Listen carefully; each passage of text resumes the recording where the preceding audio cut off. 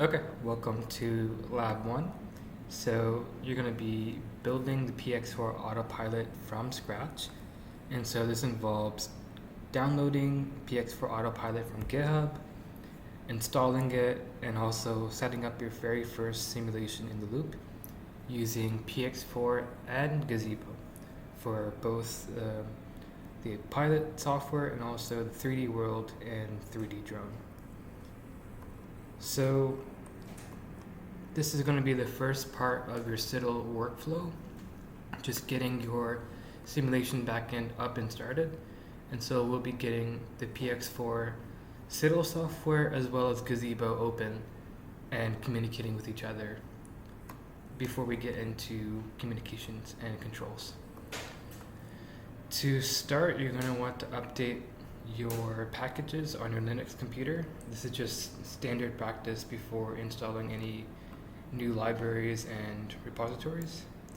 So I'm going to go ahead and copy those commands into a new terminal.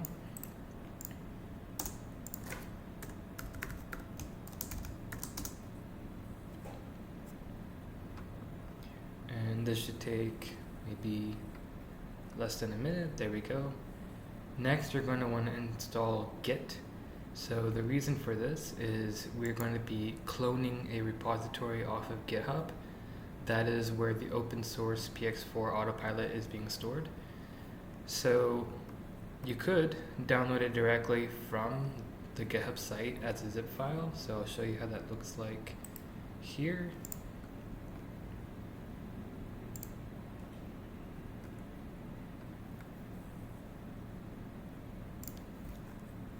Let's see if I can copy the link properly. Oh, there we go.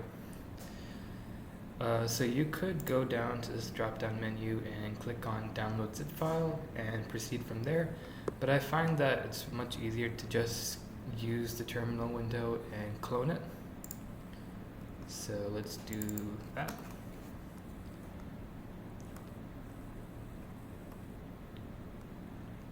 So first we're going to install Git.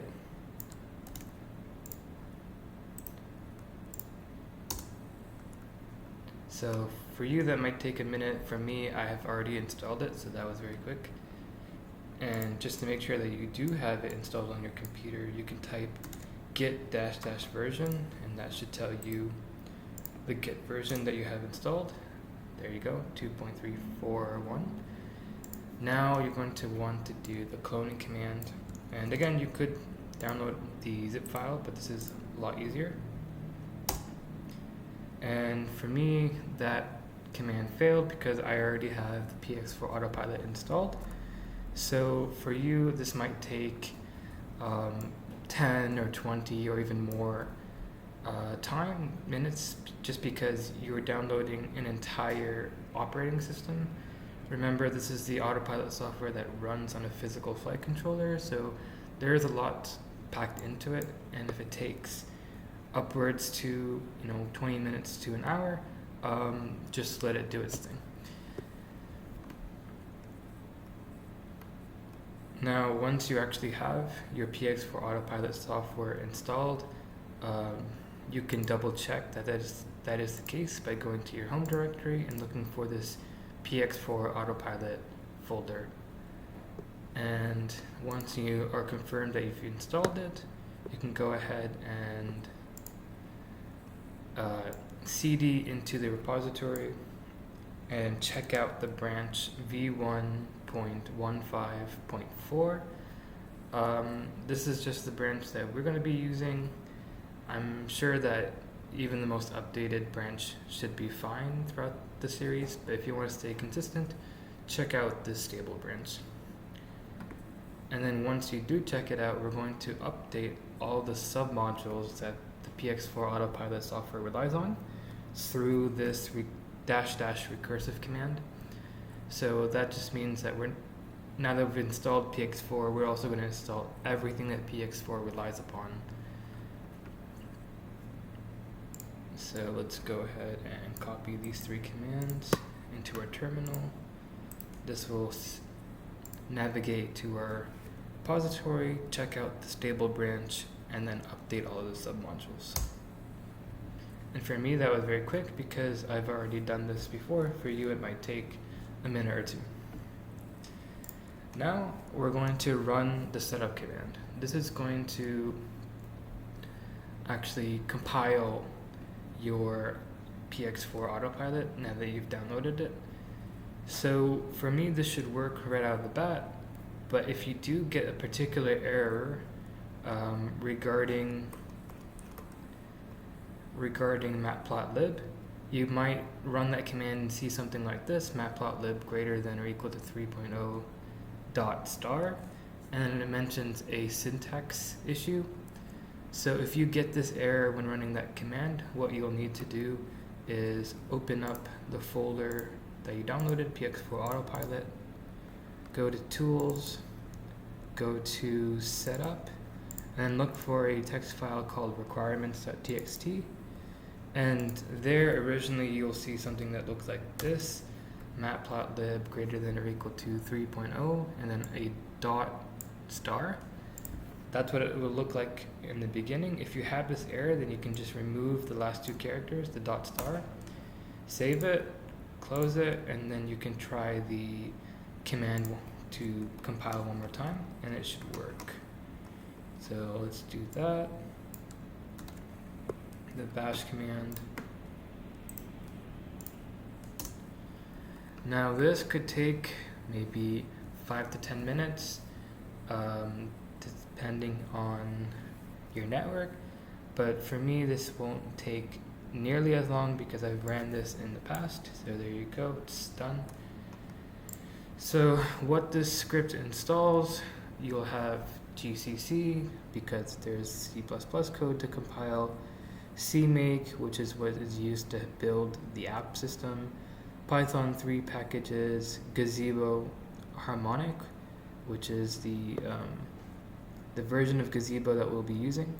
So because we're using Ubuntu 22.04, Gazebo Harmonic should already be installed on your Linux computer.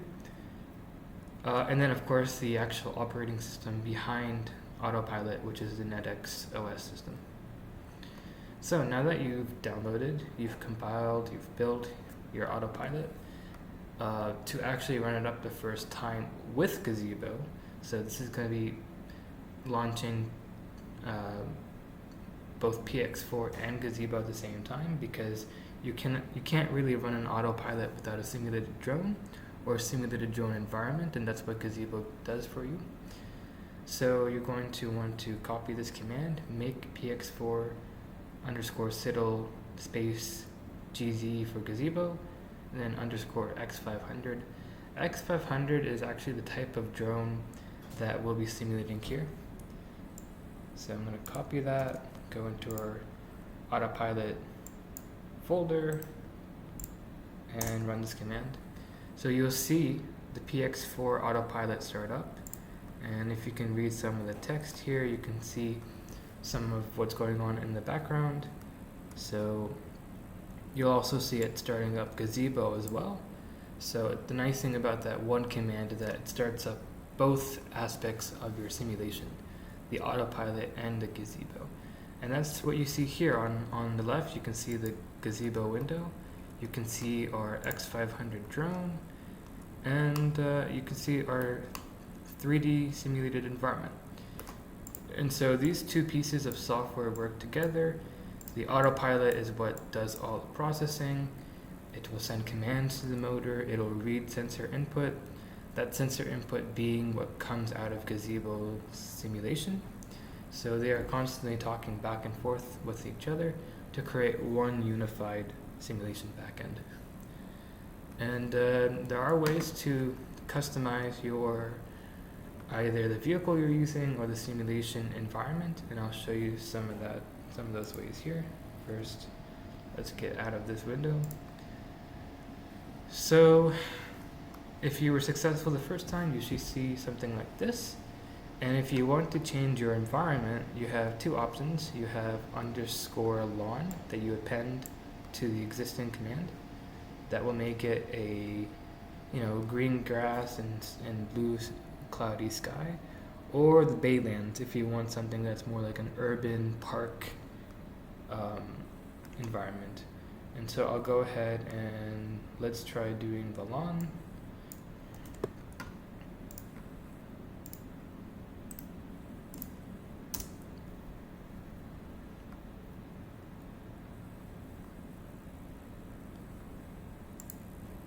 And there you go. So as you can see, we've changed our environment. We're still using the X500 drone. And the cool thing is you don't actually have to stick to just the drone. Gazebo is actually used for, you know, a myriad of different autonomous vehicles. So I'll show you some examples here. So just how you did underscore X500, GZ X500, you can swap out the X500 with GZ Advanced Plane for a little RC plane, or RC Cessna, or a VTOL, which is pretty cool, or a lawnmower, rover, or different types of drones, like this omnicopter with 8 different propellers, or a FPV drone like the PX4 Vision. So let's try doing the, let's do the VTOL, GZ standard VTOL. So go back to your terminal. We're gonna say make PX4 underscore SITL space GZ standard VTOL, and then let's also do it in the Baylands background. So underscore Baylands. And what you should see is a VTOL at the park. And let's see if it opens up. Sometimes not all of the vehicles are compatible with the different environments. So let's see. Oh, okay. Gazebo is not working. Oh, there we go. It just takes some time. So Gazebo is a little bit resource intensive, so make sure that your computer can handle it. But as you can see, we have our VTOL in the Baylands environment, which is pretty cool. So that's for you to explore. Throughout the course, we'll just be working with the X500. And that is how you get your first PX4 autopilot and Gazebo simulation backend unified up and working.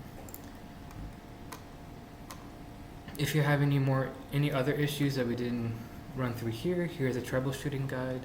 And in the next lab, we will look at connecting the Q ground control. So now that you have a simulation background, what is the first app that we can set up to actually control our simulated drone and environment? See you in the next lab.